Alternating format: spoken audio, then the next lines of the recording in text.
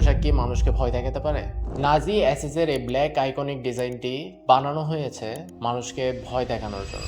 এই পোশাকটি এভাবেই ডিজাইন করা হয়েছে যাতে মানুষ কথা বলার আগেই নির্দেশ মেনে নেয়। But here is the main twist, এটা কিন্তু কোনো প্রফেশনাল ফ্যাশন ডিজাইনারের কাজ ছিল না।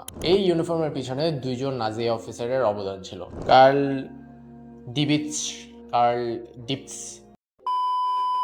যে ছিল একজন এসএস অফিসার এবং আর্টিস্ট, আর আরেকজন ছিল ওয়াল্টার হ্যাগ, যিনি ছিল একজন গ্রাফিক্স ডিজাইনার। তারা দুইজন মিলে এই এসএস ব্ল্যাক ইউনিফর্মটি ডিজাইন করেছিল।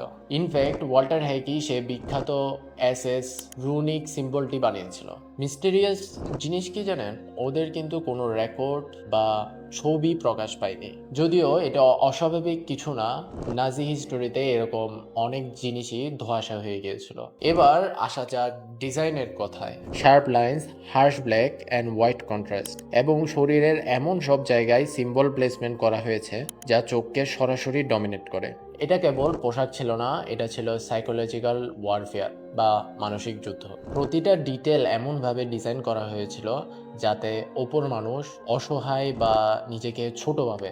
আর এই ইউনিফর্মগুলো ম্যাস স্কেলে কারা প্রডিউস করেছিল জানেন? হিউগো বস, যা সেই সময়ে সবচেয়ে বড় নাজি অ্যাপেরিয়াল সাপ্লায়ার ছিল। এই পোশাকটি দেখতে এতটাই পাওয়ারফুল লাগতো যে মানুষ আসলেই ভাবতো যে তারা পাওয়ারফুল। আর ঠিক এই কারণে নাজিদের ইন্টিমিডেশন স্ট্র্যাটেজি কাজ করেছিল।